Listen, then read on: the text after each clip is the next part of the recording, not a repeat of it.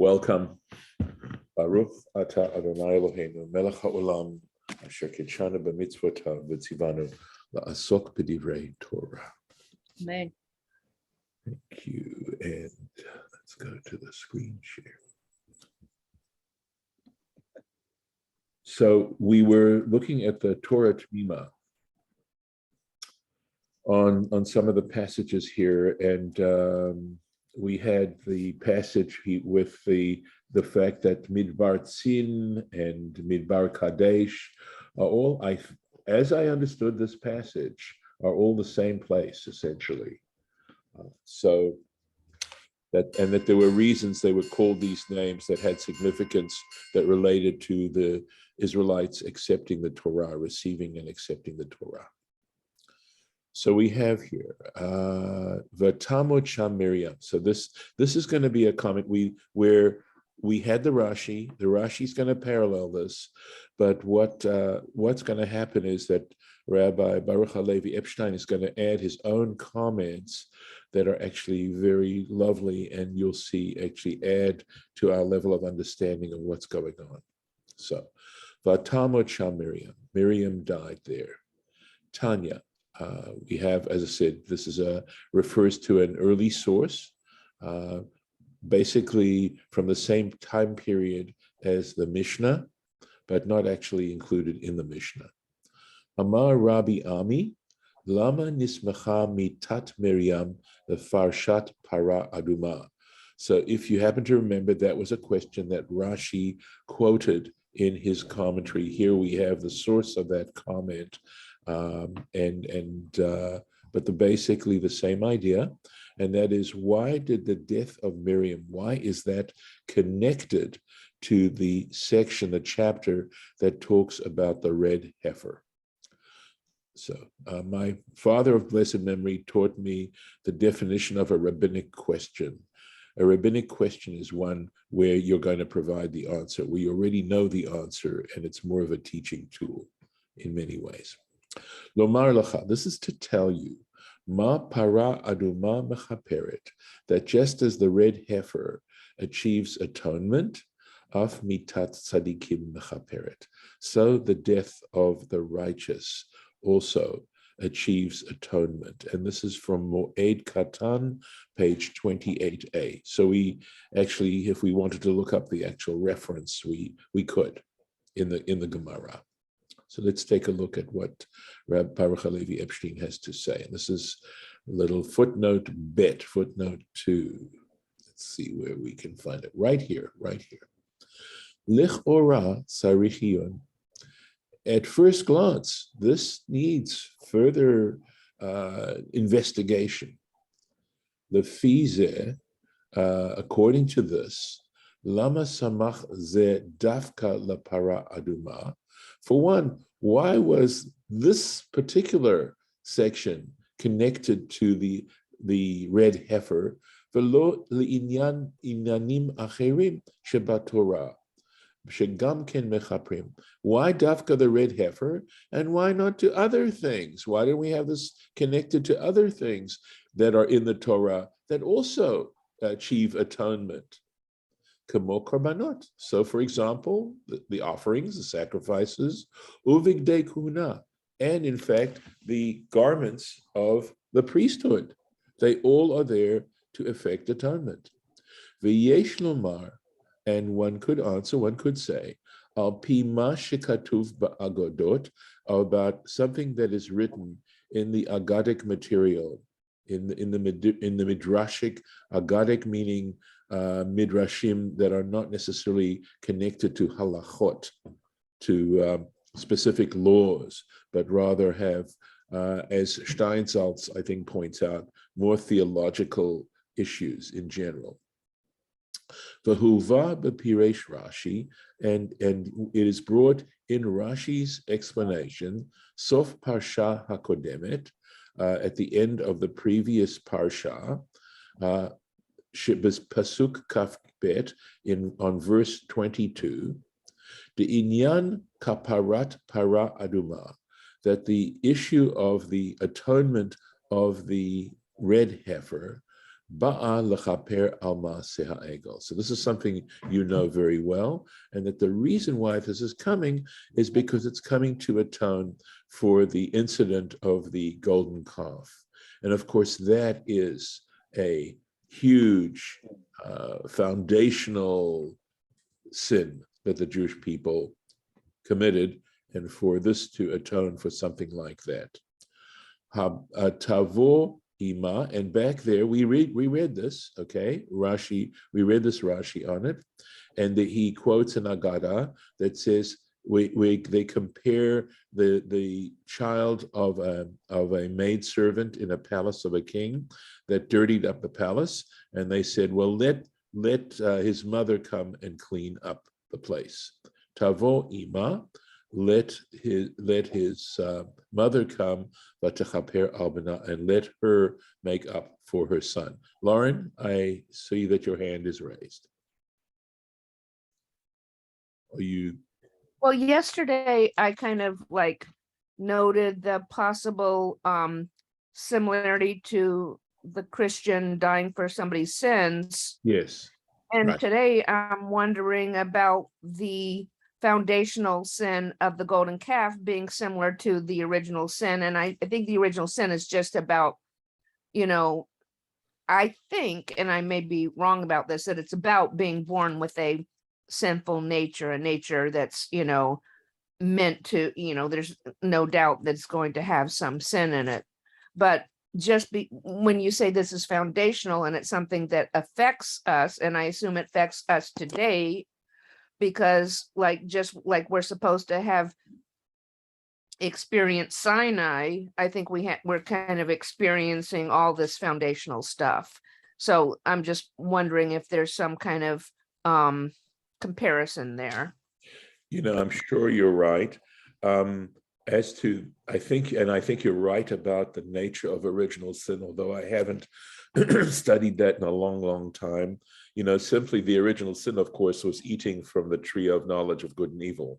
That was the very first sinful act that human beings performed, that Adam and Eve performed. And there's a lot of symbolism and deep thought as to what that represents.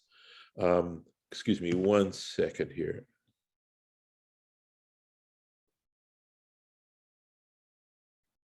I'm sorry, I had to clear my throat. So here, at least when I talk about the golden calf being foundational, and it may in fact relate in some senses to what you're talking about, I'm thinking about and of course its particular location is the idea of idolatry. Whether in Christianity that has to do with idolatry or not, I'm not sure. But here it has to do with idolatry, and by idolatry, we don't want to confuse that with fetishism. We want to understand that it means substituting for the divine creator anything else that you worship. Well, was the eating from the tree of knowledge of good and evil also under the category of idolatry? That's a great question, and the answer is that I would tend to say no. And I will tell you why. And that is because later on in that Genesis passage, not that chapter, but after Adam and Eve are out of the garden and they have children, I believe their grandchild in the generation of Enosh, where it says people began to follow after God or something like that. I don't remember exactly the words that are used, but the traditional understanding is that that's when people started to practice idolatry. So since that clearly follows this other sin, that is simply the sin of not doing what God has told you to do. And that's not necessarily the same as idolatry. Yeah. So that's why I would say that the eating of the tree of knowledge of good and evil is not idolatry. It is rebellion. It's more like rebellion. Although I don't know that it's rebellion per se, but more like saying, well, I just don't want to do it. I've got other reasons to do it. And of course, the snake tells Eve that their eyes will be open and they'll be able to basically be like gods. So there's those kinds of things. Let me get back into this particular topic. I want to get through this.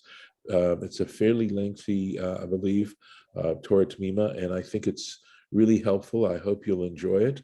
But I mean, I do want to handle the question at some point, but let me see if I can get through this. Okay. So we've got this as to why, why the red heifer and the idea of it coming to atone for the golden calf. And so the red heifer atones for the golden calf. So that's that particular point. And so we now have the idea of atonement and why this particular atonement. Klomar, that is to say, shehapara, that the heifer, he be'erech aim laha'egel. He says that the quality of the red heifer is the mother of the golden calf. Iyen Sham Ba'arucha, he says you can go and look at that particular section and fully developed, at length. Uveshinui lashon ktsat, okay, and with a little change of the language, kach mechaperet mitat Miriam, so the death of Miriam atones al Yisrael for the Israelites. Shehi be'erech aim laha'uma Yisraelut, because she has the quality of being the mother of the nation of Israel. So that point alone is certainly a dayenu and a lovely to see that in print and to recognize, how she's viewed in the tradition, I think is helpful. So do you think you could photo that and send that? I would love to know where that comes from. Referring to what, Judith? Miriam as the mother of Israel. Oh, and now that I've already interrupted you, the other question was if the golden calf, the red heifer atones for the golden calf, does it use the word, what word does it use for atonement? Kapara. And as to, okay, Baruch Halevi Epstein here doesn't give you a necessarily these are his thoughts.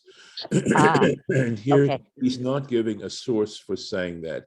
He's saying, just look at it from, I think what he's saying is just look at it from a literary point of view and you realize that Miriam has that role. Okay. All right. Thank you. Sorry to interrupt. No. It's good question. So let's keep now he goes on with some further thoughts, and I actually love this when I looked at it. Vehine, and indeed, bichlal lo nitba'er erech ha'inyan. He says it's not so clear, right? The whole quality of ha'inyan, this matter, shemitat tzadikim mechaperet, that in fact the death of the righteous atones. So Lauren, we're kind of getting into your question. Umat tam bedavar, and what reason? What's the basis of this particular proposition? V'yesh lomar, so he's saying, and it's possible to say, one might say, kavanat ha'inyan, that the intention of this particular subject, al pi ma shekatuv bepirkei de Rabbi Eliezer, he says it's based on what's written in the Pirkei de Rabbi Eliezer, and I need someone to mute, please, because I'm getting some feedback. Perek Yud Zayin, chapter 17, Be'inyan mitat Shaul, with regards to the death of Saul. So, excuse me. Dichtiv, okay, King Saul, or the first king of Israel, right? Dichtiv Bey, who with regards to and it's written with regards to him, and this is in Samuel 2, the book of Samuel, second book of Samuel, Kaf Aleph, chapter 21, Vayikbaru et atzmot Shaul, that they buried the bones of Shaul, of Saul, Vaye'ater Elohim la'aretz acharei chen, And God, right, the Elohim, God was appeased for the land after this. V'zeh leshono, and this is a quote from the Pirkei de Rabbi Eliezer, that when you see the verse is that they buried the bones of Saul, period. It goes on, the Pirkei de Rabbi Eliezer says that this appeased, that God was appeased for what was going on in the land of Israel after that. Kevan, that is to say, Kevan shira'ah HaKadosh Baruch Hu, that since the Holy One, blessed be He, saw, shegamlu lo chesed, that they acted in this gracious way, in this kind way to Saul. Shet Samu, the fact is they went on, he says, Baruch Halevi Epstein goes on to say, Shet Samu, they fasted, Uvachu, they cried, Vesaptu lo, and they mourned for him, Kemevo Arsham, as is explained there, Miyad Nitmale Rachamim.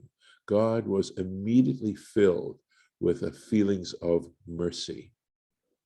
Okay. Shene'emar, as it says, Vaye'ater Elohim la'aretz acharechen, as it says, God was appeased for the land after this, v'chule, etc. Al-kain, and for this reason, mevo'ar mizeh, it becomes clear from this, shelo hamita atzma mechaperet, and this is the point, that it is not the actual death that atones, ela ha'evel v'hakavod, but the mourning and the honor shenohagim b'mitat tzadikim, that people practice in connection with the death of the righteous. Ki kavod zeh hu kavod Hashem, because showing this kind of honor for the righteous who have died is in fact honoring God. So, thought that was pretty nice and an interesting point of view from Torah Temimah. I'm going to take one more here from Torah Temimah.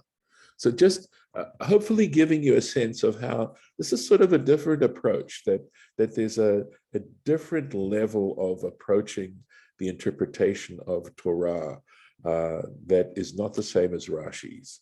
You know, Rashi is fundamental, right? And this is on another level. It's on a different level. It just goes to show that you never can get to the end of this. There's always deeper levels that you can get to. Let's go here. Okay. Vatamot Sham Miriam. Miriam died there. Tanya, again, the word Tanya, right? This earlier source.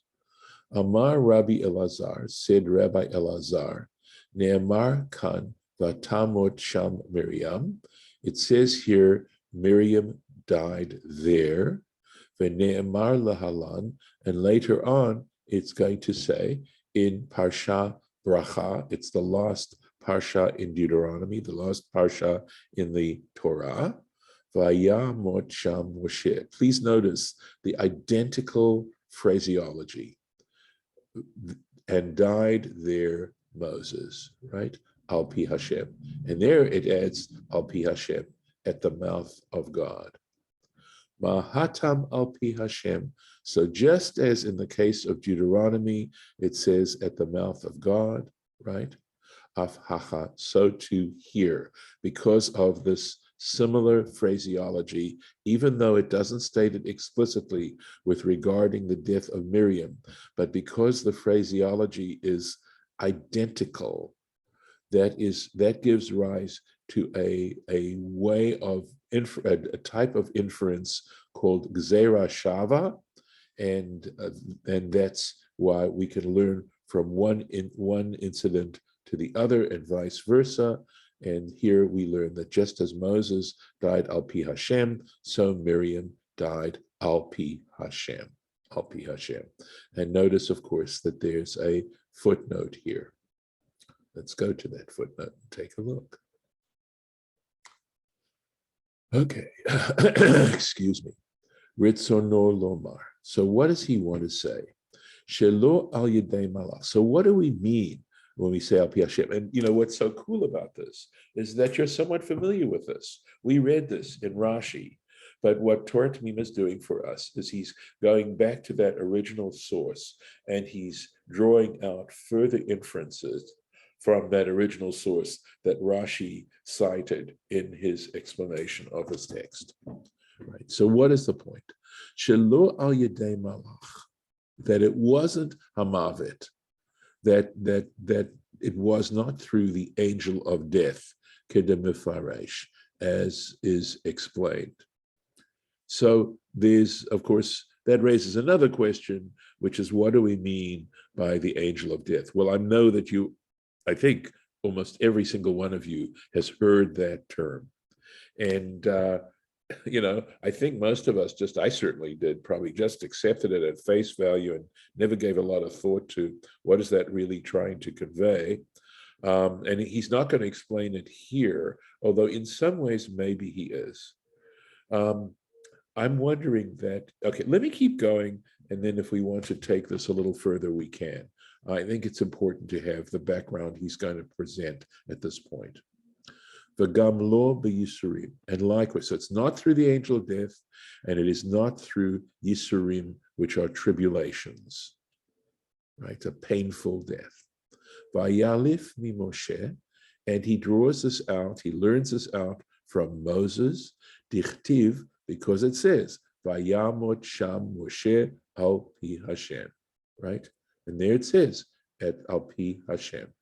The darshinan sham the sifrei, and we learn out there in the sifrei. The sifrei is this commentary, it's actually halachic midrash on Numbers and Deuteronomy.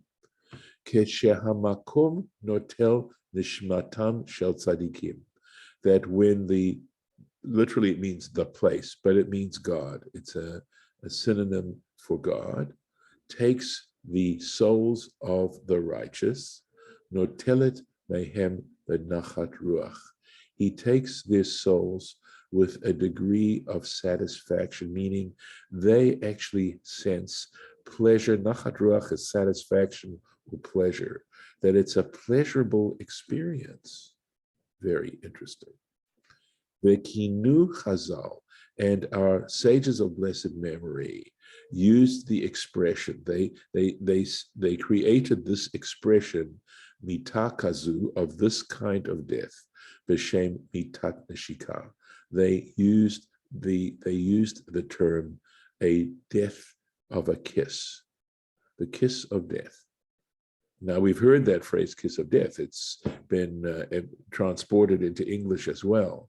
But here there's a connotation to it, meaning a very gentle, pleasant experience, right? Just as hopefully a kiss is a pleasant experience. V'ien be'ram, and I think this is Rabbi Eli. I think I'd have to go back to be sure whether I think it's Meisels, but Mizrahi. Sorry, this is either Avraham, maybe, or Eliezer Mizrahi. I just don't remember, but I'm pretty certain it's Mizrahi. I've never read that commentary. Lauren, do you have something about that, or does somebody have that? I'd have to look it up again, the abbreviation. I had a quick question though. Sure. Is this the same concept of the kiss that we were talking about yesterday, or a different one? No, precisely the same. Precisely the same.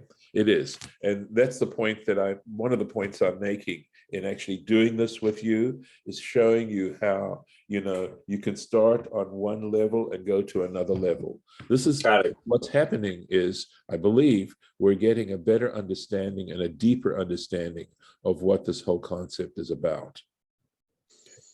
So, thank you. Sure. And he says, look at this particular commentator. I have not studied this commentary in this place, in this place. De Yalfinan Shem Sham. He says that we learn out Sham. This is a different kind of Gzera Shava, Me Aharon, from Aaron, Dichtiv, because it says, Vayamot Aharon Sham. It says Aaron died there. In other words, think about this.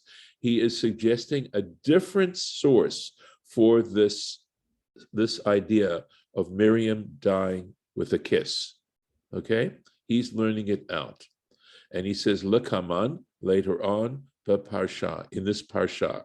In this Parsha, we also read about the death of Aaron. Ve'im lo kain, okay, and if he hadn't actually said this, sorry, and if not, so, and if this were not the case, in other words, if we were to learn this out from the Sham with that way, using the word Sham, meaning there, Tre Zimne Sham Miriam Lamali. This is the Ram's argument.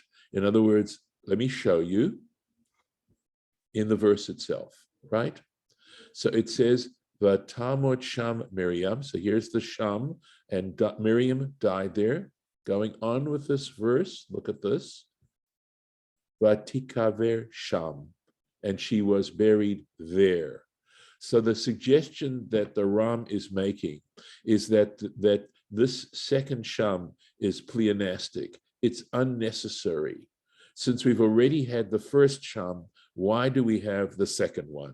And the reason he's saying is to give you that second Sham to learn from Aaron, where it says Aaron died Sham, that word Sham. So I hope you're following what I'm trying to say here, and what this isn't the end of it, okay? But that's how he derives the idea that Miriam died with a kiss, and he learns it from Aaron, okay? And he's saying the reason we learn it that way is because there's this pleonastic sham here in this particular verse. Ad kan lashono, end of quote. So this also for you, I hope, is an interesting thing, because you're seeing a debate amongst scholars, at least one side of the debate. You're going to see how he disagrees with the Ram. V'zeh pele b'shtayim. And he says, this is amazing for two reasons. Amazingly wrong is what he means, okay? Chada, number one, b'sugya de mo'ed katan, that if you look at the Talmudic passage in Mo'ed Katan, it's the name of a tractate, and he gives you the page, Kaf Chet Aleph, page 28a, V'chein besugya shelefanenu, and also in the sugya that is before us, and that's the sugya he was quoting. Here we go. And this is in Baba Batra Yud Zayin Aleph. Okay, that's where he's getting this. Okay, he says in both places, Mevu'ar, it's clarified, it's stated, meforash, it's explicitly stated, the Yalfina mi Moshe, that we learn this out from Moses and not from Aaron. Uve'emet, and in truth, Kain muchrach, this in fact is necessary, perforce. The Ikar Hadrash, because the whole essence of this drush, the Alpi Hashem, okay, that it's at Alpi Hashem, at the mouth of God, right?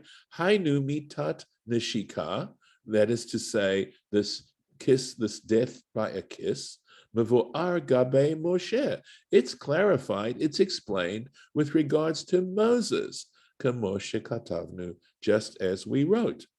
Okay. V'gam mashe katuv,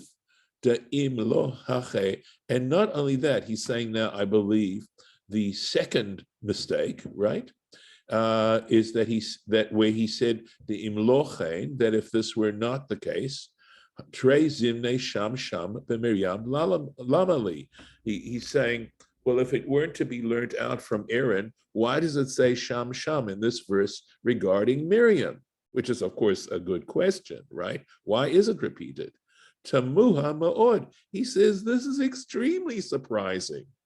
Shehare besugya de mo'ed katan, because frankly, in this passage in Mo'ed Katan, in the tractate Mo'ed Katan, Sham mevo'ar. It's explained, it's clarified right there. The chad sham, that one sham, ata lohorot, samuch lamita, comes to teach you that samuch lamita kvura, that close to the death, one is supposed to bury the person. Kafi sheyavor lefanenu, as will be brought before us, bedarsha samuch basamuch, in the very next explanation. That is the very next one of these, right here. Okay, so let's go on here. Okay. Where did we end here? Right, that's where this is where we're at, this footnote. Umipnei ma lo ne'ema ba al pi Hashem. And why is it not stated? This is a Rashi says this too. Why doesn't it say there at the mouth of God, mipnei shegnai hadavar la'omro? Because this is I would say, it's inappropriate, he says, to say it. That's what it says, at least in Baba Batra, right? It's not appropriate. That's why it doesn't say it explicitly. Umikan, and also from this whole thing, shelo shalat ba malach hamavet, that in fact the angel of death did not have dominion over her, verima vetula'a, nor was her body decomposed by maggots and worms. And we're going to have to stop here today, and hopefully we'll maybe bring this up, just finish this up tomorrow. And that's right here, right over here. So I'm going to stop the share and stop the recording.